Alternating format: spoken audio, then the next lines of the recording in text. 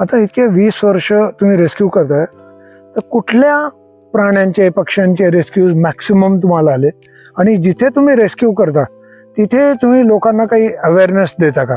खूप सारे rescue call जे येतात आम्हाला ते लहान प्राण्यांचे, पक्ष्यांचे, सरपटणाऱ्या प्राण्यांचे कॉल येतात, रेस्क्यू कॉल्स. तर त्याच्यामध्ये सगळ्यात जास्त साप असतील, त्याच्यानंतर सगळ्यात जास्त पक्षी असतील. तर या पक्ष्यांचे काही छोटे सस्तन प्राणी असतील, जसं की खारुताया आहेत, उदमांजरं आहेत.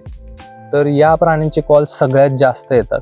आणि दुसरी महत्वाची गोष्ट, उन्हाळ्याच्या दिवसांमध्ये ज्यावेळेस गावाकडचं पाणी कमी होतं, तर त्यावेळेस ऑलमोस्ट दिवसातून 3-4 कॉल प्राणी विहिरीत पडलेले, अरे बापरे, किंवा घराच्या बाथरूम जवळ आलेले, असे कॉल खूप येतात.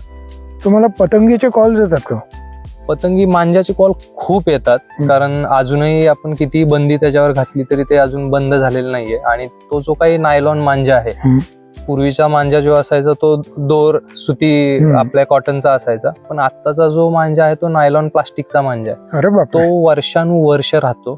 आणि तुम्ही जर आकडेवारी सांगाल तर संक्रांत किंवा नागपंचमी हे सण एकदाच होऊन जातात, पतंग ज्यावेळेस उडवतात लोक, पण त्याचे कॉल जे आहेत ते पूर्ण वर्षभर चालू असतात. अरे बापरे. आणि नॉट नेसेसरी की कुठले छोटेच पक्षी त्याच्यामध्ये अडकू शकतात. मी गरुड पाहिलेला आहे, मोठे घुबड पाहिलेले आहेत. अरे बापरे. लांब नाही तर अगदी तुम्हाला पेंटेड स्टॉर्क नावाचा जो पक्षी आहे, तर तो पेंटेड स्टॉर्क सुद्धा त्याच्यामध्ये अडकलेला मी पाहिलेला आहे. मग अवेअरनेस काही फरक पाडू शकतं का? लोकांना प्रत्येक रेस्क्यूला गेल्यानंतर आम्ही अवेअरनेस हे करतो म्हणजे करतोच. तर आत्ताची लोकांची, प्राणी मित्रांची अवेअरनेस करायची पद्धत वेगळी आहे, की तो प्राणी पकडायचा, हातात डांबून ठेवायचा आणि तो दाखवत राहायचं, युट्यूबवर दाखवायचं.